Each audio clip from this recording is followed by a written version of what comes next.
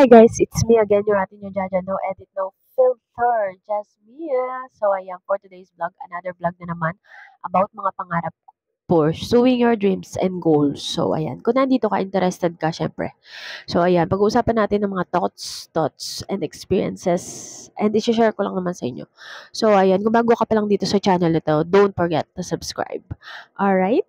And ako nga po live, yung ating yung Jaja. So, ayan, ang title is Step by Step. Step by step, meaning, don't rush, okay? Huwag kang magmadali. Easy lang, girl, boy. Kalma. Hindi ka mauunahan, hindi ka rin mahuhuli, at hindi ka rin magkakaroon, at hindi ka rin mawawalan. So, what I'm trying to say is, kalma lang. Baby steps. Step by step, meaning dahan-dahan. The more na nagdadahan-dahan ka, the more na marami ka matututunan sa life. Kasi the more na minamadali mo, the more na nagkakamali ka. Kasi gustong-gusto mo na makuha yung mga pangarap mo, di ba? Kaya tayo nagmamadali.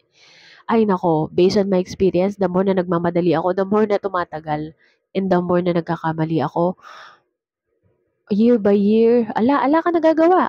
Kasi nawawalan ka ng pag-asa. Take it slowly, and lagi mo siyang isama sa mga gusto mong gawin sa life mo, sa mga plans mo. Kasi meron siyang best plans for you. And ako, share ko lang sa inyo kasi ako, may pangarap ako ngayon eh. Gusto ko talaga magkaroon ng business.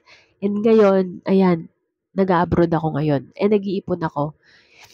Alam mo, may sinabi nga sa akin yung tita ko na mag-abroad ka lang na mag-abroad habang bata ka. I have my own vision. And may pinapakita sa akin si God na vision na open your heart. Open your dragon in your heart. And gusto ko talaga mag-business. And nakikita ko yung self ko na doon ako aangat, doon ako magaling. And that's it. Believe in yourself. Tanging sarili mo lang naman talaga maniniwala sa'yo.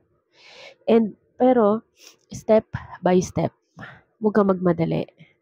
And lagi mong kasama siya. Lagi kong sinasabi sa'yo, nothing is impossible with God. Kapag kasama natin siya, hindi tayo magkakamali. And, mahal niya tayo eh. Basta wag lang, stay humble. Okay? And lagi niyo isipin, lahat ng meron tayo is galing sa Kanya. Lahat tayo dito ay hiram lang yung buhay natin. Nandito tayo sa mundo na puro temptation. O, di ba? Kaya ikaw, kung wala kang connection sa Kanya, you must connect.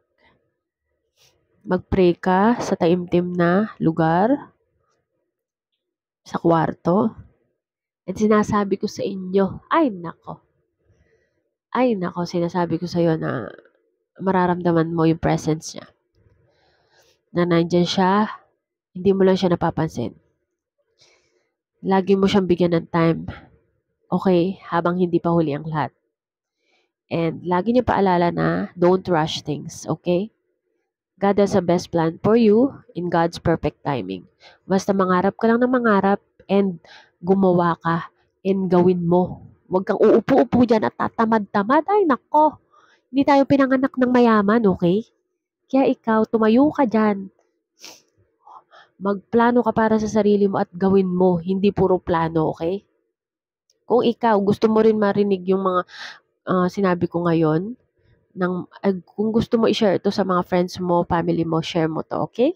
And don't forget to like, share, and subscribe to my channel. Click the notification bell for more upcoming videos. Bye! See you in my next vlog!